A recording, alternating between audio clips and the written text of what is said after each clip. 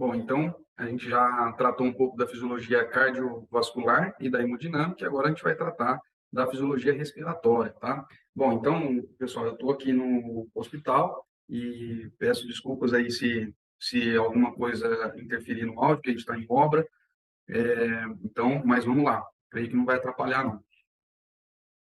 Vamos lá. Então, a fisiologia respiratória, então, do paciente crítico, ele é também fundamental, junto com a hemodinâmica. São os dois sistemas que a gente mais se preocupa no paciente crítico. Por quê? Se a gente for analisar, só para vocês entenderem, se a gente for analisar as causas de óbito mais comuns, primeiro, começa o quê? Com obstrução de via aérea. Depois, má ventilação. E depois, problemas na circulação. Por isso que existe o ABC do trauma, tá? Então, a fisiologia respiratória, a gente entender o que está acontecendo, né, com esse paciente, por que ele está respirando mal, ela é muito importante, principalmente como abordar esse paciente quando ele chega no pronto-socorro, quando chega na sala de emergência, tá bom? Então, a gente vai abordar aqui, fazer uma síntese da função respiratória, o fluxo sanguíneo pulmonar, vamos falar da troca gasosa, transporte de gás no sangue, controle da ventilação e as funções não respiratórias do pulmão, tá bom?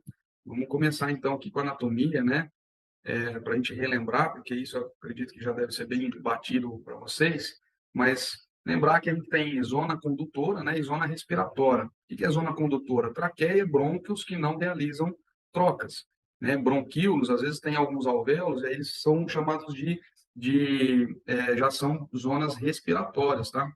E na zona respiratória a gente tem os alvéolos, né, sacos alveolares, conjunto com os alvéolos e a rede de capilar. Pode ver, cada saco alveolar, cada alvéolo tem uma rede de capilar que passa intimamente ligado com ele. A gente vai ver imagem disso no histopatológico, para que esse oxigênio que está entrando vá para a circulação pulmonar, né, e seja bombeado lá pelo ventrículo esquerdo para a circulação sistêmica, e também a saída de CO2, né, que é a principal função ali da fisiologia respiratória. É claro que tem outras também, tá bom? Então, vamos falar então qual que é a função principal do sistema respiratório, né? Fornecer oxigênio para manter o metabolismo tecidual e remover CO2 produzido pelo metabolismo tecidual.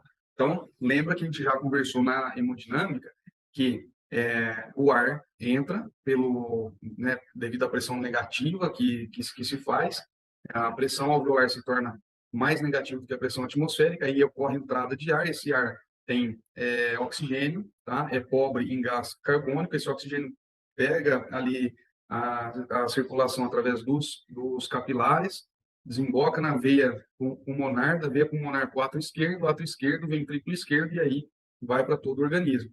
Quando chega lá nos capilares dos tecidos, né, esses tecidos usaram oxigênio para produzir ATP. Então, o metabólito principal ali é o CO2. Esse CO2 tem que ser transportado novamente para o pulmão até entrar lá na via cava cranial e aí passar pela artéria pulmonar, então sangue pobre em oxigênio, e fazer a troca novamente, eliminação de CO2, entrada de oxigênio, beleza? Então é que é, é, assim que acontece as trocas, né? Outra função muito importante é na termorregulação, principalmente dos cães e gatos, né? A gente vai falar também. Eliminação de substâncias endógenas e exógenas, proteção contra gases tóxicos, poeiras e agentes infecciosos, claro, porque a gente tem aquele tecido mucociliar, né, que está cheio de anticorpos ali e também faz uma proteção contra agentes, né, agentes tóxicos e agentes infecciosos. Então, aqui, ó, vamos falar um pouco de ventilação, né? A gente tem essas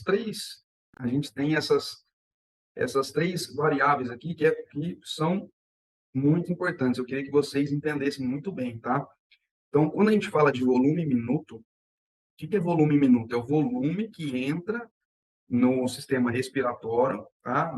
Na ventilação, entra nos alvéolos, durante um minuto, tá certo? Então, como que a gente faz para para saber esse volume minuto? A gente tem o volume corrente vezes a frequência respiratória. Assim como no débito cardíaco, a gente tem o volume sistólico vezes a frequência cardíaca, aqui na fisiologia respiratória, a gente tem o volume minuto é igual a volume corrente, é o volume que entra no pulmão, né, nos pulmões, vezes a frequência respiratória, tá certo? Bem simples ali. A gente tem, nesse volume corrente, claro, uma parte dele é de espaço morto, tá? A gente tem espaço morto anatômico, isso que é a própria traqueia, zonas condutoras, né? E nós temos o espaço morto de equipamento, quando o paciente está na ventilação mecânica. E o que que é ventilação alveolar? Tá? A ventilação alveolar, como o próprio nome já diz, quando a gente tem alguma dúvida, a gente tem que ir na palavra, tá? Então, ventilação alveolar, ventilação nos alvéolos. Então, quanto de ventilação, quanto desse volume corrente que chega lá nos alvéolos, tá? A gente chama de ventilação alveolar. Então, pela fórmula que a gente tem, que é o volume minuto é igual o volume corrente vezes a frequência respiratória, e o volume corrente é a soma da ventilação alveolar, que é a zona respiratória, e da ventilação de espaço morto, chamado VD, certo? Então, o espaço morto do cão é cerca de 33%. Só uma curiosidade aqui, tá? Enquanto cavalos bovinos chega a ser 50% a 75%, por conta da anatomia mesmo. E o espaço morto, o que a gente está falando dele? Porque ele é importante na termorregulação. Então, por exemplo, no calor, o que acontece com os nossos pacientes, né? Os cães, principalmente? Eles fazem ofegação. Por quê? Para trocar calor. Então, eu aumento, quando eles fazem isso, eles aumentam o volume, é, o volume morto, né? Porque faz mais a ventilação de volume morto e aumenta a frequência respiratória. Então, o que acontece? Para que isso ocorra, né? Para que tenha muita ventilação de espaço morto e pouco de ventilação alveolar, a gente tem um volume corrente baixo. Então, eles fazem volume corrente baixo, que é o tanto de volume em cada incursão respiratória, né? E a frequência respiratória fica alta. Então, é normal, né? A gente vê um paciente nosso com uns 60, 70, 80, muitas vezes, de frequência respiratória, mas é porque está fazendo troca ali, né? Não necessariamente é um problema de parênquima pulmonar, né? Como a gente vai ver. No frio, a gente tem o contrário, volume corrente mais alto, porque aí eu diminuo o volume de espaço morto e aumento o volume de espaço alveolar, de ventilação alveolar, né? E aí, o que eu faço? Aí, o que eles fazem? Frequência mais baixa para poder trocar, perder menos calor, né? E para eliminar mais o CO2 também. E aí tem o CO2 alto. Vocês entenderam isso? Não sei se ficou claro, mas resumindo, no calor, tá? No calor, quando está muito quente, por exemplo, o paciente ele tem que fazer frequência respiratória mais alta e volume corrente mais baixo para quê? Para trocar calor, né? E no frio, ao contrário, ele não quer trocar calor, porque o frio vai deixar as vias aéreas mais geladas, temperatura corporal mais gelada. Então, o que eles fazem? Volume corrente alto com frequência baixa para trocar o menos de calor possível, tá? E com isso, ocorre que tem um aumento do CO2 eliminado a cada ventilação, tá? Como ocorre a ventilação? Como ocorre a ventilação? A gente tem, pegando aqui no humano, mas não muda, né, nos cães, como ocorre a ventilação, então, né? A gente tem músculos inspiratórios, que vai fazer, principalmente o diafragma e os músculos intercostais, tá? Então, o que eles vão fazer? Eles vão fazer contração, o diafragma vai para baixo, tá? Os músculos intercostais se contraem, expandindo, então, esse tórax, tá? E aí, com isso, faz uma pressão negativa dentro do tórax, negativa a quê? Negativa em relação à atmosfera. E aí, por diferença de pressão, que a gente já viu que quando tem diferença de pressão tem fluxo, o ar atmosférico ele entra nas vias aéreas até se igualar à pressão atmosférica novamente, tá bom? E aí, essa energia elástica que se forma quando o diafragma está aqui embaixo, depois no relaxamento, o que vai acontecer? Essa pressão intratorácica vai ficar mais positiva do que a atmosfera e o gás vai sair novamente, certo? O músculo inspiratório se contrai, A pressão alveolar fica subatmosférica, tem a entrada de ar, energia elástica acumulada faz diminuir esse volume pulmonar e tem a saída de ar. Então, aqui um resuminho como que fica, né? Aqui é um pulmão que está, a pressão alveolar está igual à pressão de via aérea, que é igual à pressão atmosférica, tá? A gente, para ficar didático aqui, a gente colocou zero, mas, né, dependendo da região que você está, não vai, né, vai ter lá, por exemplo, a nível do mar, 760 milímetros de Hg, tá? Então, mas a gente vamos estudar aqui como zero, só para vocês entenderem. O que aconteceu? Aqui, ó, ocorre a inspiração, então contração dos músculos intercostais, contração do diafragma, essa pressão pleural, que era menos 5, vai ficar mais negativa, vai para menos 16. O que acontece com a pressão alveolar? Vai para menos 8, pressão na via aérea fica menos 4, e aí a pressão que estava zero começa a ter entrada de ar aqui, tá? Até quanto? Até a pressão de via aérea, pressão atmosférica, pressão alveolar se manter igual novamente, tá certo? Até elas se igualarem. E aí, no momento que se iguala, a pressão pleural vai estar lá em torno de menos 11. Lembrando que aqui tem uma energia potencial elástica, né, na musculatura, e aqui aqui a musculatura vai se relaxar, a pressão pleural vai voltar lá para menos 2, a pressão alveolar vai ficar positiva, a pressão na via aérea vai ficar positiva também, tá? E aí ocorre a expiração, porque a pressão atmosférica é zero, a gente considerou zero. Então, pressão positiva por diferença de pressão, a 8 é maior do que 4, que é maior do que zero. Aí vai ter a expiração, tá certo? Beleza? Vamos para o próximo, então. Aqui, só para a gente lembrar, né, que a gente tem em cada alvéolo, nós e os animais, tem uma camada aqui de surfactante. Por que que existe isso, né? Vocês devem lembrar lá da fisiologia, se não tiver essa camada de surfactante, os alvéolos se colabam, tá? É a mesma coisa que você colocar um vidro colado no outro e colocar uma água no meio deles, né? Depois você não consegue descolar. Então, essa camada de surfactante, ela veio exatamente para não deixar esse alvéolo se colabar, porque ele tem que diminuir, quase encostar na expiração e aumentar na inspiração, cada alveolinho, tá? Lembrando que a gente tem, eu não sei nem se são mais que bilhões de alvéolos, mas mais que milhões com certeza, tá? A gente tem muitos alvéolos e cada um tem que estar funcional, né? Claro que 5% fisiologicamente não estão funcionais, a gente vai ver isso. E esse líquido, essa camada surfactante, ela é produzida pelos pneumócitos do tipo 2 e é secretada com suspiro. Então, quando a gente faz assim, né, é, esse líquido surfactante é secretado, tá? Então, por que que eu estou trazendo essa informação? A gente trata de paciente grave, então eu vou aproveitar já isso. Oxigênio em excesso lava o surfactante. Então, aqueles pacientes que estão 100% de oxigênio, a gente já tem que entender que isso não é bom, tá? Então, a gente tem que manter esse paciente, por exemplo, chegou um paciente que eu estou suplementando com oxigenoterapia. Ele tava numa fração inspirada, supondo, tá, de 40%, com fluxo de 3 litros por minuto lá no fluxômetro, tá? E aí, ele bateu 100%. Eu não preciso de ter 100%, tá?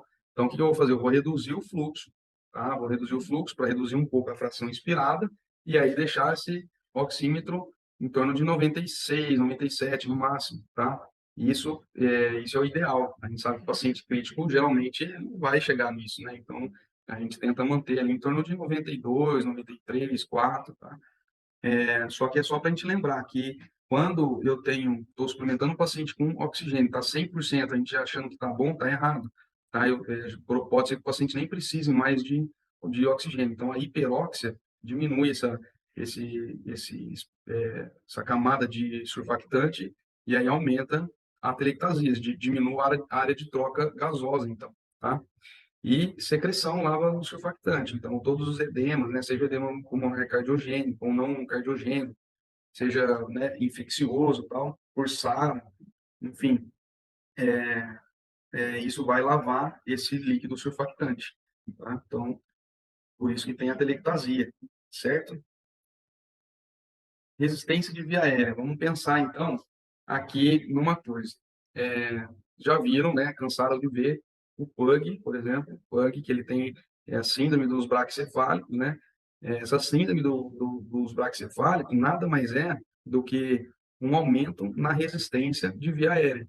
Então, por exemplo, enquanto a gente, vamos pôr assim, um paciente normal, tá, de 10 quilos lá, enquanto um paciente de 10 quilos normal, que não tem aumento de resistência de via aérea, quando esse paciente faz 100 ml de volume corrente, um paciente PUG com aumento muito grande de resistência de via aérea, de repente vai fazer 70, tá? E aí o que acontece com isso? Se ele faz um menor volume corrente, ele tem que aumentar a frequência respiratória para tentar eliminar o CO2 que ele produz. Só que muitas vezes não dá conta. Então, o que acontece? Num paciente que é broncopata, a gente vai ver um CO2 levemente aumentado, né, 50 mais ou menos lá, né, levemente aumentado, e o que ele vai ter mais? Ele vai ter o bicarbonato aumentado também, porque pensa, CO2 é um ácido, tá? Se ele está aumentado no sangue, a gente chama de hipercapnia, se ele está aumentado no sangue, eu vou ter que aumentar a base. Quem é a base principal do nosso sangue? É o bicarbonato. Então, vai acontecer uma regeneração maior de bicarbonato, né? E aí, para equilibrar o pH, para deixar o pH lá em valores normais, tá certo? Então, por que eu estou falando isso tudo? Só para a gente entender que o broncopata é aquele paciente que tem aumento de resistência de via aérea, tá? Então, por exemplo, broncopata sem só distúrbio, né, distúrbio do tipo 2, eu já vou entrar, né, que problema de resistência, aumento de resistência, a gente chama de insuficiência respiratória do tipo 2, tá bom? Tudo que eleva o CO2, né, que vai fazer uma acidose respiratória ali, a gente chama de insuficiência do tipo 2. Do tipo 1 é um problema de oxigenação, então um problema no parênquima pulmonar, troca gasosa no parênquima, tá? Então, do tipo 2 a gente tem problemas de hipercapnia, tá? E aí pode ser uma das causas é a resistência aumentada de via aérea, tá? Só para vocês entenderem aqui que a resistência de via aérea ela é importante, tá? Ela reduz muito o volume corrente com o mesmo esforço. Que o fluxo sanguíneo a gente já abordou na aula de hemodinâmica, mas é só para a gente entender, né, que a circulação sistêmica ela é feita, ela ocorre através de alta pressão, né? Ela tem um fluxo com alta pressão. E a circulação pulmonar ela tem um fluxo de baixa pressão. E quem controla isso é uma série de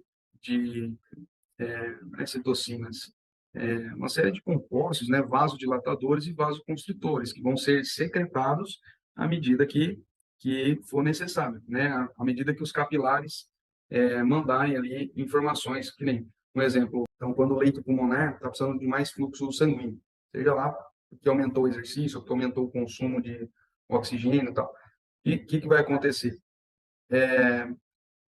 Os endotélios vão produzir fatores, né, de vasodilatação. Um deles, principal, é o óxido nítrico, certo?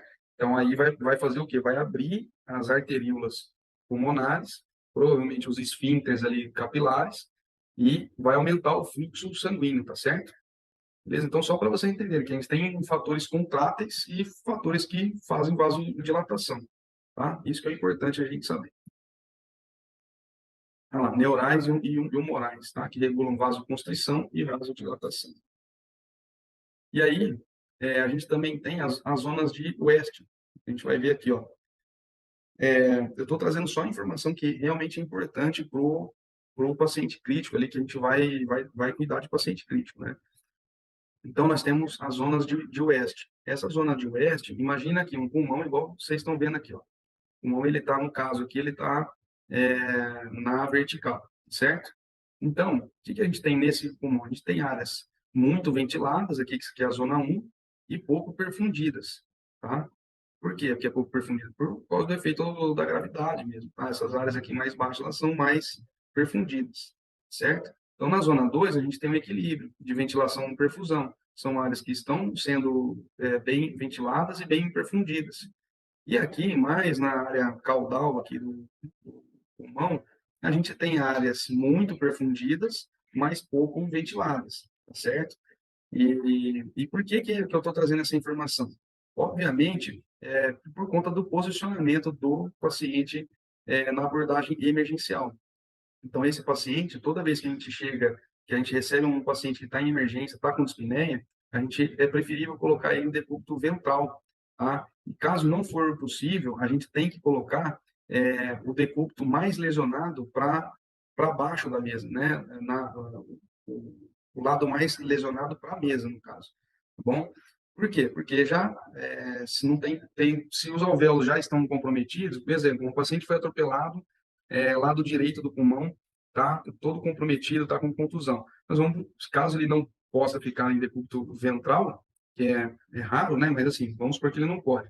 A gente vai pôr esse decúbito, vai pôr esse paciente em decúbito lateral direita, com um tórax no lado direito voltado para baixo, porque os pulmões, o pulmão do lado direito, os alvéolos, eles já estão comprometidos.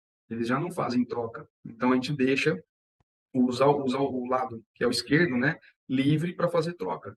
Então, deixa ele tentar ao máximo fazer com que ele seja bem perfundido e bem ventilado, tá certo? Então, é isso. Espero que vocês tenham entendido aqui. A zona de West, ela é importante para posicionamento, então, do paciente, tá? A gente otimiza a relação ventilação-perfusão, tá certo? Então, aqui, vamos pensar que como que ocorre essa troca gasosa, né? Na atmosfera, a gente tem nitrogênio, tá? 78%, então, tanto no volume inspirado quanto no volume expirado, e oxigênio, no volume inspirado, nós temos 21%, e no volume expirado tem 16%, ou seja, tem 21% de oxigênio na atmosfera. Gás carbônico tem 0,04% na atmosfera, e aí o volume expirado sai com 4,4%. E a água é 0,96% na atmosfera e sai com 1,6%, ou seja, a gente perde água pela ventilação. Então, resumindo, né, a gente ganha oxigênio e perde gás carbônico e água, tá certo? Então, aqui, esse desenho é muito legal para a gente conseguir explicar, né? Por exemplo, imagina que você está a nível do mar, tá? Então, 760 milímetros de mercúrio, e você está começando a fazer a troca gasosa, a inspiração, tá? O tanto de oxigênio que vai entrar é 160, porque se a gente fizer 0,21, que é 21%, vezes 760, vai dar mais ou menos isso aqui, se não me engano, 159,6, que é arredondado aqui para 160. E vai ter um pouquinho só de CO2, tá? E aí lá nos alvéolos vai ter isso daqui, mais ou menos, tá? 104, 40 de CO2 lá nos alvéolos, porque já está recebendo aqui nos capilares esse CO2, né, que está chegando aqui, no sangue venoso está 45, ele chega aqui e vai ser eliminado com 40, tá certo? E o oxigênio, que chega com 40, esse oxigênio vai sair do alvéolo e vai entrar aqui nos capilares. E depois vai ganhar a circulação arterial. E como que a gente sabe como que a gente chegou nesse número aqui, né? Bom, então, existe essa fórmula aqui para a gente calcular o tanto de oxigênio que chega no alvéolo. Então, isso aqui chama pressão alveolar de oxigênio, pressão parcial alveolar de oxigênio. Ela é dependente, então, da FiO2, ou seja, a fração inspirada de oxigênio, tá? Que é, no caso, 0,21,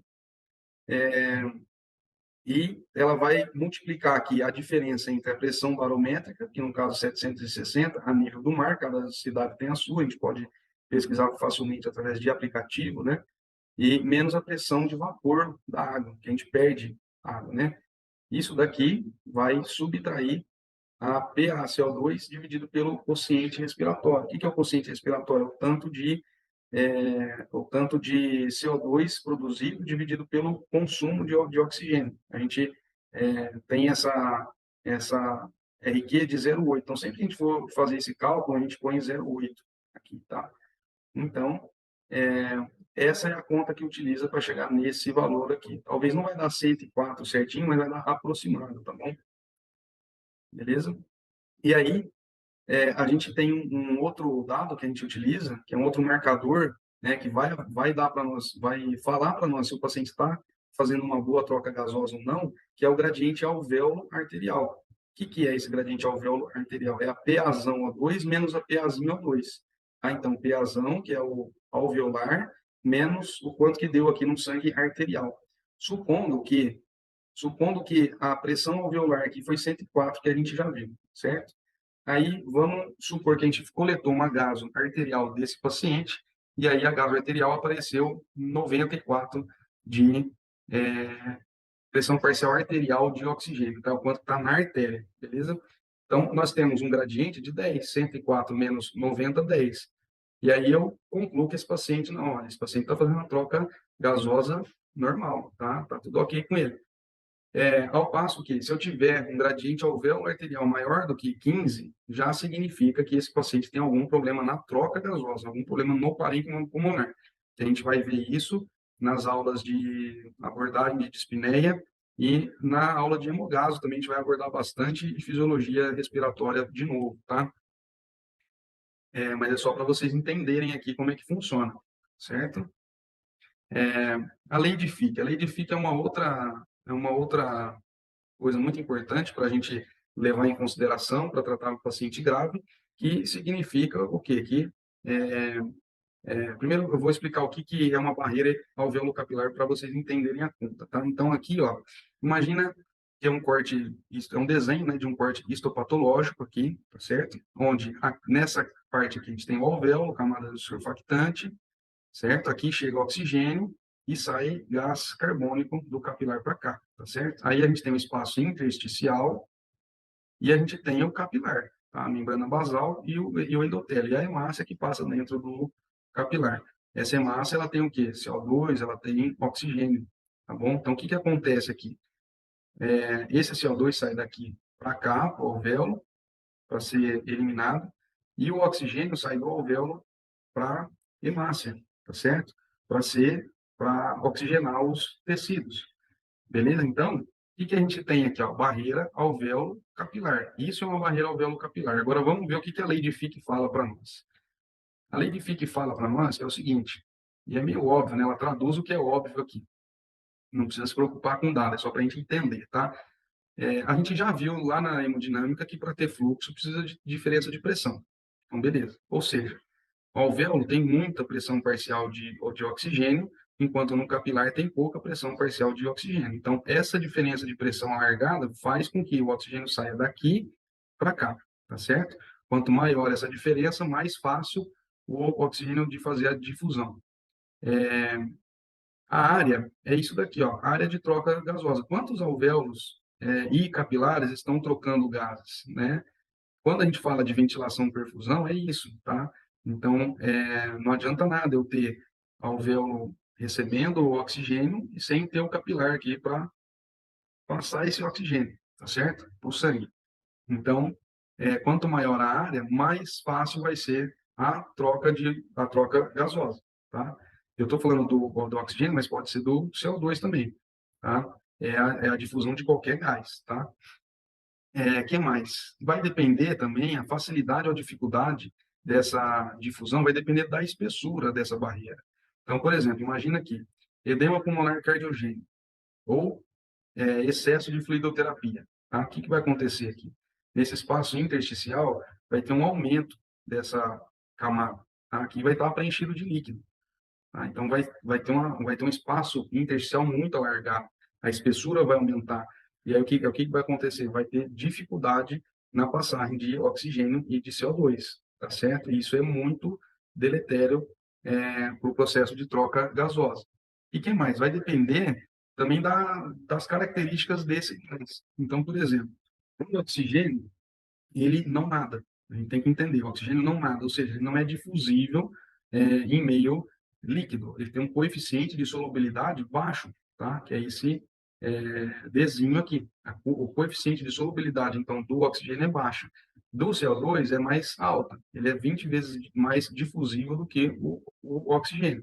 Então, se tiver um pouco de água aqui e tal, ele até passa, né? Claro que se tiver muito, assim, o alvéolo extremamente preenchido, vai ser difícil eliminar esse CO2, tá? Então, resumidamente, é isso. Então, aqui vamos ver o que traz aqui de informação. Ó. A quantidade de gás transferida é diretamente proporcional à área de troca, como eu falei, a constante de difusão, ou seja, quanto que esse gás é difusível no meio aquoso, né? E a diferença de pressão entre alvéolo e capilar, tá? Ou vice-versa, né? Porque aqui o CO2 no capilar ele vai estar bem mais alto do que aqui no alvéolo. Então ele passa, por isso que ele passa daqui para cá, né? E a diferença bom, e inversamente proporcional à espessura, Então, quanto maior a espessura, mais difícil de passar esse gás. E, portanto, quanto menor a área de superfície de difusão, menor a constante de difusão, menor a diferença de pressão parcial do gás, né? Maior a espessura de difusão, menor será a quantidade de gás que atravessa essa lâmina fina. Beleza? Então, resumido, foi o que eu expliquei para vocês. Aqui, a relação de ventilação e perfusão. Pensa aqui, ó, um alvéolo normal, um alvéolo que está ventilado, olha aqui, está bem ventilado e está bem perfundido. Então, a gente fala que a ventilação, a relação ventilação-perfusão aqui está normal. Tá? Ventilação, perfusão, a gente é esse VA dividido por Q. Tá? A gente usa esse dado aí para abreviar, né? E aqui, nesse alvéolo B, o que está acontecendo aqui? Tem uma obstrução na passagem de gás, seja por líquido, seja por trombo não, né? Seja por objeto, né? Qualquer coisa que vai obstruir essa passagem, é uma bronquiectasia, uma telectasia, tá? Não vai ter passagem de ar aqui, mas a difusão vai estar ocorrendo normalmente, a perfusão, tá? Vai estar ocorrendo normalmente. E aí o que que a gente tem? Baixa ventilação perfusão, tá? Baixa relação. Se você dividir zero por qualquer número, é zero, tá bom? Então por isso que a gente fala que tem relação ventilação perfusão baixa nesse cenário. Nesse daqui, a gente tem que o alvéolo está sendo bem ventilado, tá certo? Só que ele não está sendo bem perfundido. Então, quais situações que acontece isso? Principalmente trombo, né? Então, um trombo está, tromboembolismo pulmonar, por exemplo, ele está impedindo a passagem de sangue para ocorrer, para perfundir esses alvéolos, aí não tem troca. Então, a gente fala que a ventilação perfusão é alta, tendendo ao infinito, tá certo? Então, só para vocês entenderem esse conceito. E dentro de cada pulmão, vamos dizer, tem um monte de alvéolo, tá? Tem vários alvéolos e muitos capilares também. Então, o que a gente analisa, na verdade, são dados globais. Igual na microcirculação, com a saturação venosa central e com gap de CO2, a gente não está avaliando capilar do tecido renal, não está avaliando microcirculação do tecido hepático. A gente está aqui avaliando globalmente como é que está essa troca gasosa. Pode ser que é o lado direito, pode ser que é a região cranial, a região caudal que está com problema. Então, enfim, né, a gente está fazendo análise global, tá bom?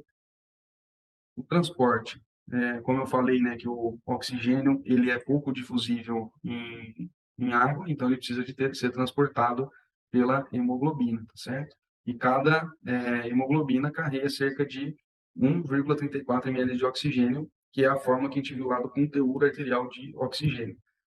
O CO2 ele é 20 vezes mais solúvel, né, do que o oxigênio. 89% desse CO2 está dentro do eritrócito, né, com essas fórmulas aqui. A principal delas é o sistema tampão, né, ácido carbônico bicarbonato, que a gente já sabe como é que funciona. 11% está no plasma, está dissolvido no plasma. Então, o sistema tampão do ácido carbônico bicarbonato tem grande importância no controle do pH por conta disso daqui, porque o CO2 é um ácido, né?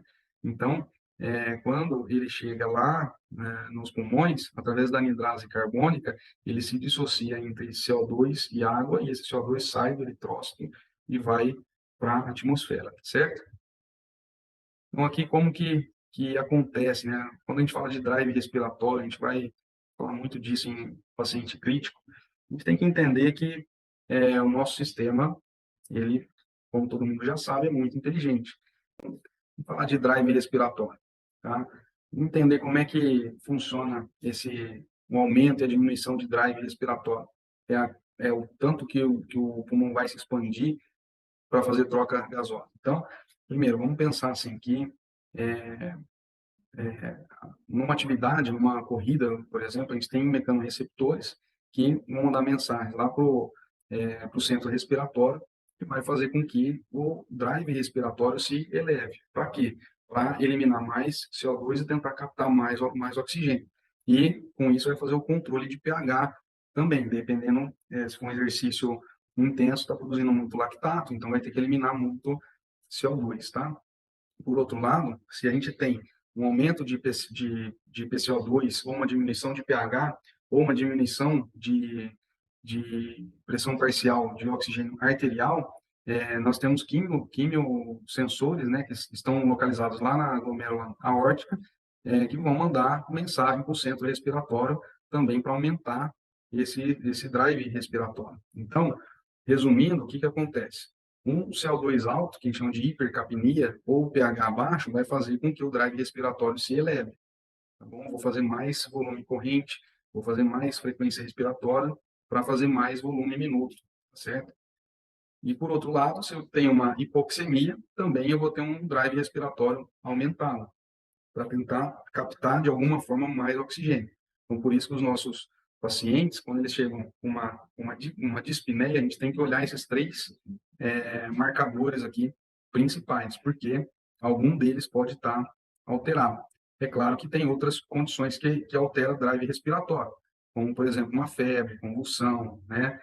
Fatores que aumentam o CO2 ali, pode fazer com que esse drive respiratório seja aumentado. Então, é isso, parte de fisiologia respiratória. A gente volta a conversar nas próximas aulas, então.